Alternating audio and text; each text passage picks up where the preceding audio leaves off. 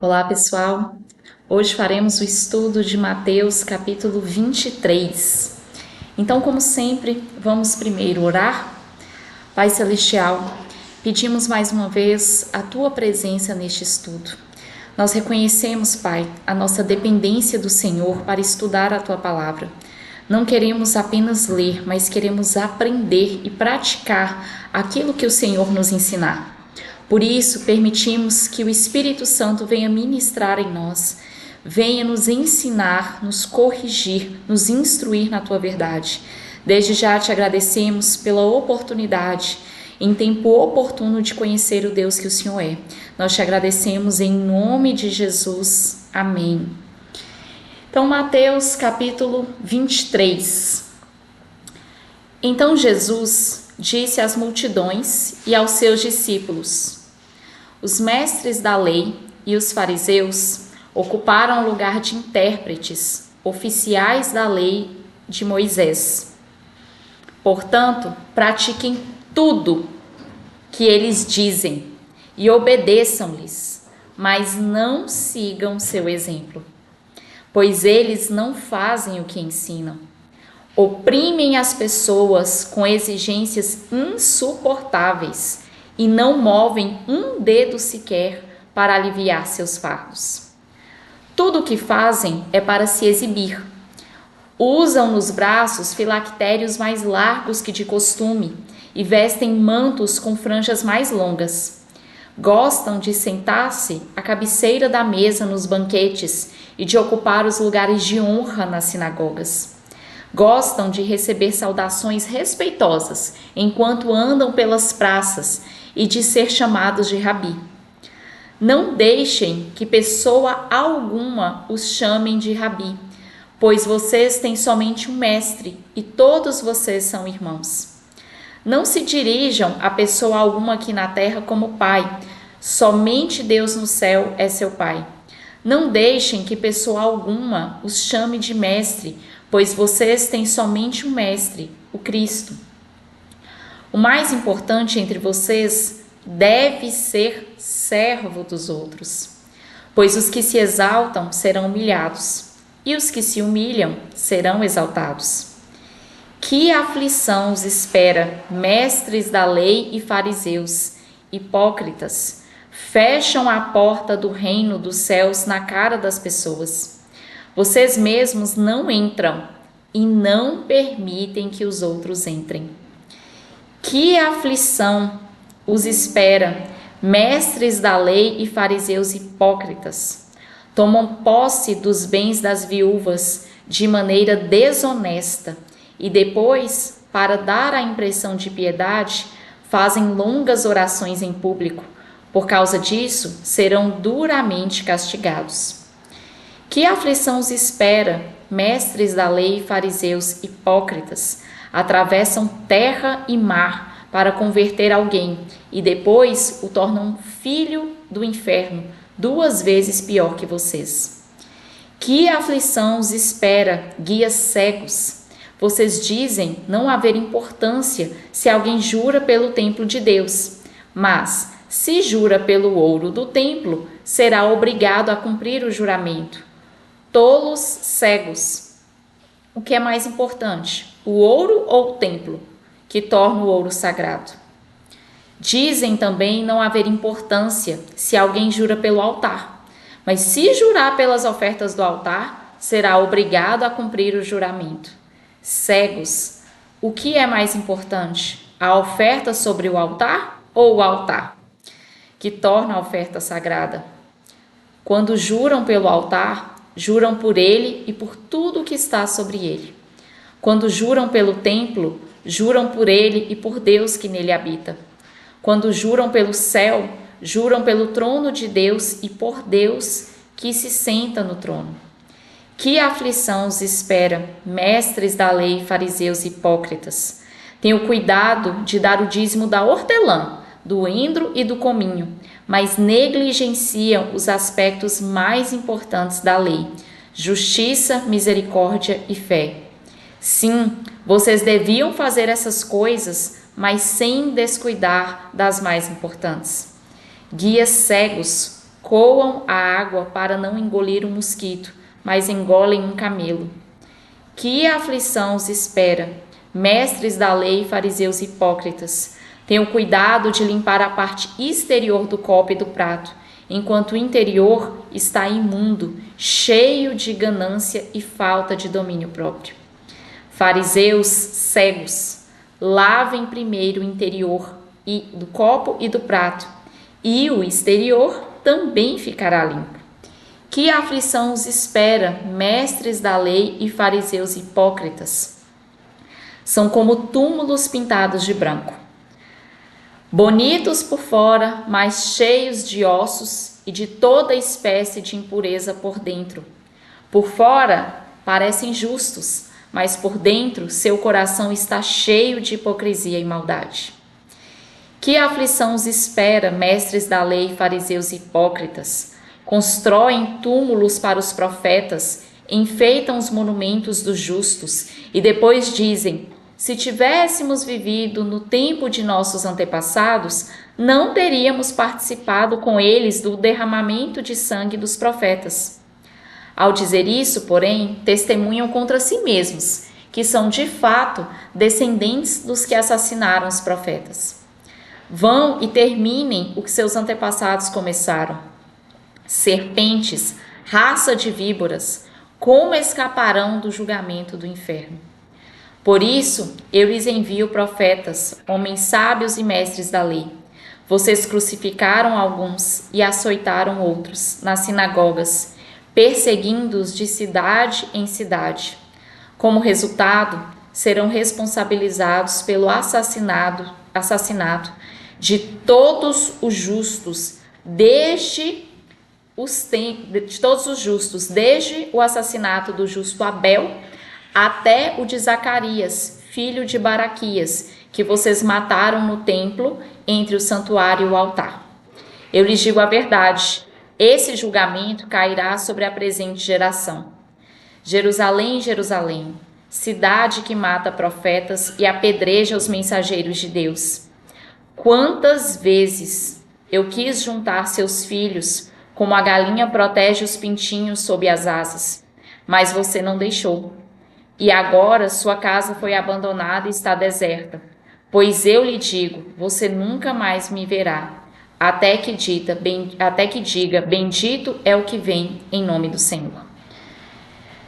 Esse capítulo é muito rico em aprendizados para nós, para os dias de hoje. Primeiro, nos versículos 3 e 4, Jesus nos ensina sobre ficar alertas com a hipocrisia. O que é hipocrisia, gente? É falsidade. Os mestres da lei, os fariseus, como eu já disse nos vídeos anteriores, eles eram pessoas que conheciam a lei de Deus todinha. E aí por isso que Jesus fala: pratiquem tudo o que eles dizem e obedeçam-lhes, mas não sigam seu exemplo. Por quê? Porque eles não fazem o que ensinam. E aí é o que Jesus fala ao longo desse texto, a hipocrisia. O que é hipocrisia, né? A falsidade de falar, mas não fazer. Eles conheciam a lei, conheciam tudo o que a palavra dizia, mas não faziam aquilo que eles mesmos pregavam. E aí, isso é um ensino para nós, sabe? Ninguém é perfeito. Nós estamos aqui estudando a palavra para nós irmos nos aperfeiçoando. Então, aquilo que você tem aprendido, que você vê que está errado na sua vida, se você entendeu que está errado, a Bíblia te mostrou que está errado, se mova para corrigir. Tome atitudes. O que eu posso fazer para corrigir isso? Entende? Ai, Tati, eu sou uma pessoa que briga demais, eu sou uma pessoa que qualquer coisa eu vou explodir. Isso está de acordo com a Bíblia? Você acha que Deus é uma pessoa que Ele quer que você fique brigando? Não. A palavra diz que benditos, bem-aventurados são os pacificadores, pois herdarão o reino de Deus. Então, se você entende pela palavra que está errado, se mova para corrigir. Estude o que a Bíblia diz sobre aquilo que você tem errado e busque em Deus para você se corrigir, entendeu? Porque senão Nós estamos aqui lendo sobre os mestres da lei, os fariseus que conheciam a palavra e não praticavam. Estamos fazendo a mesma coisa, entendeu? E o que Jesus diz? Que eles estão indo para o inferno, porque não basta conhecer a palavra, tem que praticar. E aqui o Senhor nos dá outras orientações. No versículo 4, ele fala que esses mestres da lei, eles conheciam a palavra, só que eles oprimiam as pessoas com exigências insuportáveis. E aí eu quero que vocês entendam uma coisa. Nossa obediência e nossa submissão às autoridades, inclusive dentro de um contexto da igreja, não deve ser cega. O que é uma obediência cega? O líder falou, eu imediatamente abaixo a cabeça e faço tudo o que ele mandou porque ele mandou. Não estou orientando ninguém a ser rebelde, insubmisso ou brigar com a liderança. Mas eu estou deixando claro que você deve entender se aquilo que está sendo ensinado está em acordo ou não com a Bíblia. Olha o que Mateus 23, Jesus diz. Os fariseus e os mestres da lei, eles deveriam conhecer a palavra, eles conheciam, mas eles não praticavam, entendeu? A sua liderança, ela tem que praticar aquilo que ela ensina. Errar, gente, todo mundo erra, eu também erro, eu estou aqui também me aprimorando, me consertando em várias coisas e já tem assim, muitos anos que eu estudo a palavra e muitos anos que eu venho me corrigindo, entendeu? Eu estou melhor do que ontem, mas pior do que amanhã, porque amanhã eu tenho que estar melhor, entendeu o que eu estou falando? Mas então, a sua liderança, ela tem que praticar a palavra. Segundo, ela tem que pregar a palavra. Se não está pregando a palavra, ou prega uma coisa da palavra e se perde, né? Não prega muitas coisas que não estão em acordo com a palavra, cuidado, procure outro lugar. Outra coisa, se fica exigindo de você coisas que não estão na palavra, é o que Jesus condena no versículo 4, oprime as pessoas com exigências insuportáveis. Tem muitas doutrinas nas igrejas que são boas, que são úteis para um bom funcionamento daquele lugar. Agora, tem muitas que são fardos nas costas das pessoas, que não estão na Bíblia e são mera religiosidade, que conduzem as pessoas mais a se afastar de Deus do que se aproximar. Então, o que é que eu estou ensinando? Leia a Bíblia.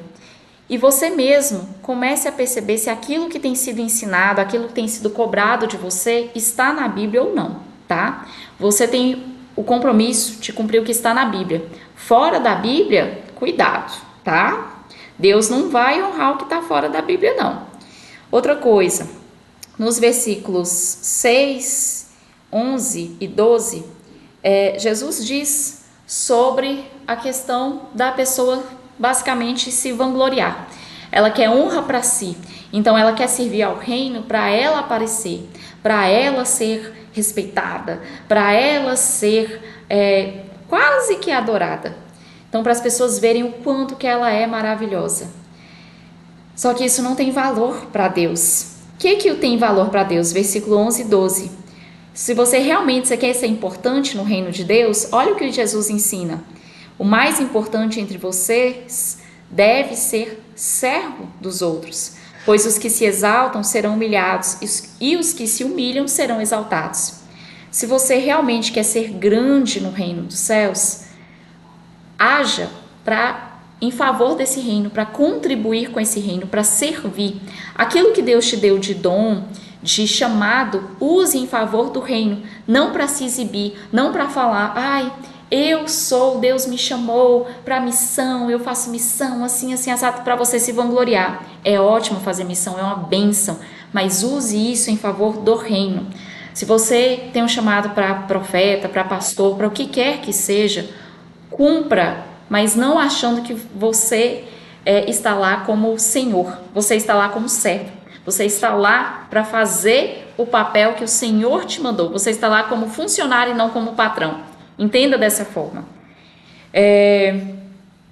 E aí, Jesus nos ensina sobre limpar o nosso coração, nos versículos 25 e 28. O que é isso? Não adianta eu parecer boazinha, certinha, por fora e por dentro eu não limpar o meu coração, ou seja, eu não ir me consertando. Aí ele faz a analogia, a comparação com o sepulcro caiado, né? Que é bonito por fora, branquinho por fora e por dentro tá podre. É como um túmulo, né? Por fora tá bonito, por dentro, né? Tem só coisas se deteriorando. Então limpe o seu coração. Você tem que desenvolver em você o que a Bíblia está ensinando. Não adianta você só ler, você tem que se mover para praticar aquilo que está sendo te orientado a se corrigir, entendeu? Porque senão você sempre vai ter uma aparência de religioso, bonito por fora, parece certinho, mas quem te conhecer no pessoal vai saber quem verdadeiramente você é e quão vergonhoso, quão humilhante, inclusive para o reino, é alguém virar e falar assim: olha, eu nunca quero ser como Zezinho, porque Zezinho na igreja é uma pessoa, em casa é outra completamente diferente. E eu já vi isso várias vezes, infelizmente. Pessoas que antes pediam a Deus: Deus, eu quero ser como aquelas pessoas que eu vejo na igreja. E quando conhece as pessoas, fala: Deus não me deixa ser como elas. Já pensou diante de Deus ter uma oração assim sobre você? Senhor, eu quero ser como Zezinho. Zezinho é uma pessoa tão boa, aí conhece Zezinho, Zezinho parece uma bomba, vive explodindo, vive brigando, vive caçando confusão. Você acha que isso é espelhar Deus? Não é. Ai, Tati, mas é difícil, gente, é difícil. Eu já fui essa pessoa que tudo eu explodia, ainda estou em controle, já melhorei bastante. Mas quanto mais você se aproximar de Deus, esse é o caminho. Mais você buscar a Deus, mais você se empenhar em ler a palavra, em conhecer, e você orar diante de Deus pelas suas falhas, pedindo ajuda, mais você vai ser transformado. Uma vez eu orientei uma pessoa, isso foi muito útil para mim também. Quanto mais perto do sol, mais você reflete o brilho do sol. Quanto mais você estiver perto de Deus, ou seja, mais você buscar Deus, mais você ler a palavra, mais você orar, mais você dedicar a buscar a Deus, mais perto dele você estará. E mais você vai refletir o brilho de Deus, você vai refletir o caráter de Deus, você vai refletir quem Deus é. Como eu falei com vocês, eu era uma pessoa que explodia com qualquer coisa. Ao longo dos anos, quanto mais eu fui aproximando de Deus, mais isso foi sendo moldado no meu coração, entendeu? Não é que assim, ai, Tati, tá perfeita. Não estou ainda, mas em relação ao que eu era, gente, eu já melhorei demais. E eu estou com o pezinho na estrada, me aproximando de Deus cada vez mais, para cada vez mais ir sendo moldada por Ele. Esse é o caminho, certo? Então, por hoje é isso, pessoal. Até o próximo capítulo. Um abraço para vocês.